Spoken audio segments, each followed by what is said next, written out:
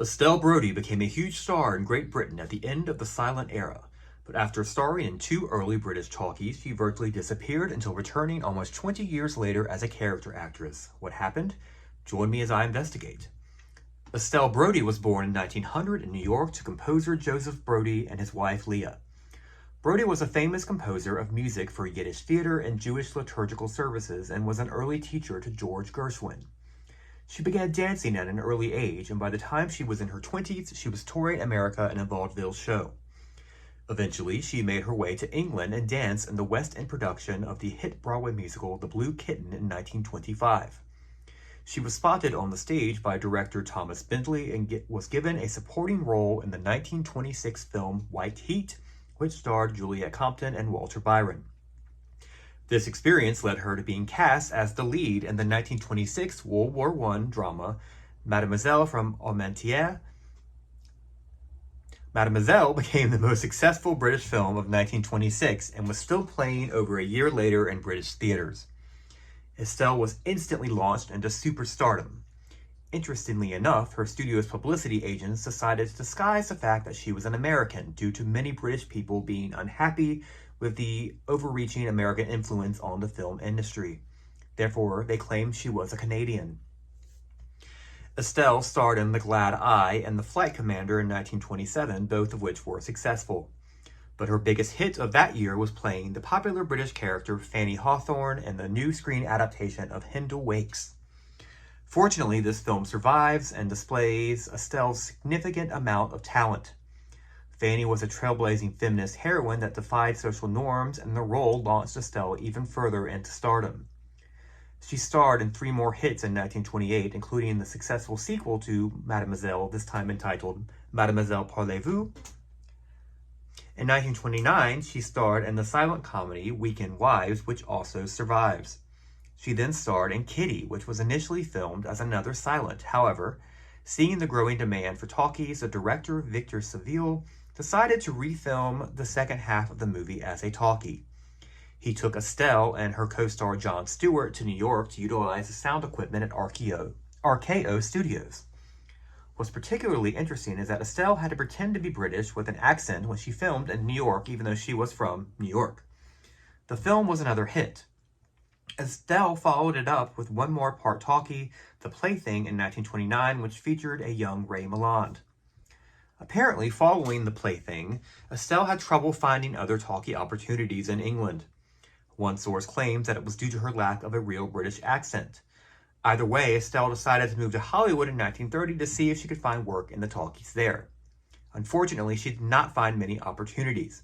She said years later in an interview that her move to America angered her British fans and peers in the industry there, and that her resume of starring in British films meant virtually nothing to Hollywood casting directors.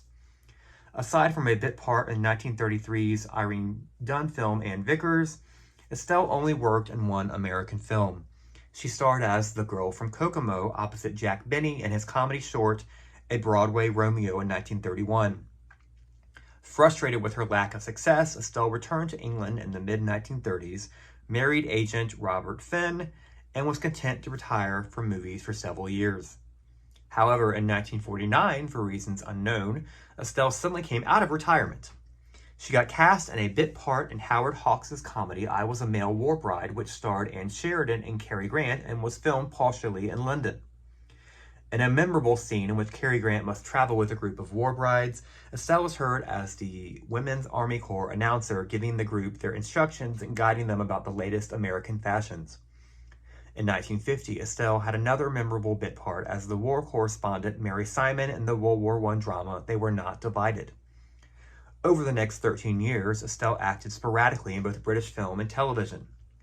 Notable appearances included playing Victor Mature's doomed aunt in Safari in 1956, supporting Joan Crawford and Heather Sears in The Story of Esther Costello in 1957, 1960s horror movie Never Take Candy from a Stranger, and on a 1959 episode of the popular Richard Conte television drama The Four Just Men.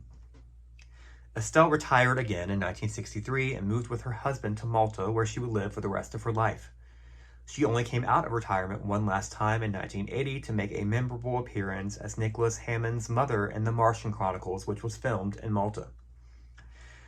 In the late 1980s and early 1990s, and when film historians Kevin Brownlow and David Gill began restoring British silent films, two films that they restored included Hindle Wakes and Kitty.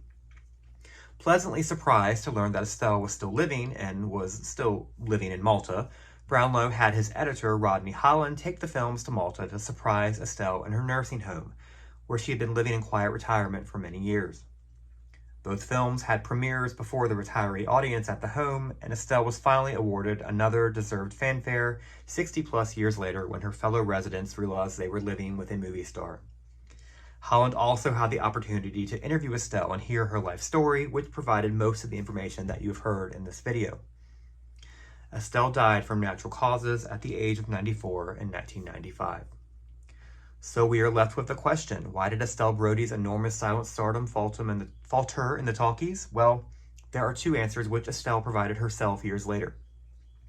Unfortunately, she was in a strange position of being an American actress that was heralded as a British star, only to lose that stardom when the talkies arrived and revealed that she was an American, at a time when British audiences and film professionals resented American influence. Second, instead of trying to work through this reveal of her heritage in England, Estelle made the decision to try to make a go of it in her native land, only to have that plan sadly backfire. It's a real shame. If you watch Estelle's silent films, you can see the raw talent that she possessed that made her a true delight to watch on the screen. She reminds me of Clara Bow and how natural she appeared in every scene. Her work in Jack Benny's Talkie, a Broadway Romeo reveals that she could hold her own as a comedian. Fortunately, Estelle did not give up completely and returned to work as a memorable character actress in 1949, demonstrating that her wonderful talent was still present and finally got her some opportunities that she so much deserved 20 years before. Here's to you, Estelle. Please like this video and subscribe or follow this account if you want to learn more about the history of silent film stars whose stardom lasted only briefly in the talkies. Up next, join me as I cover the silent to talkie career of Betty Bronson. Thank you so much for joining me. Have a great rest of your week.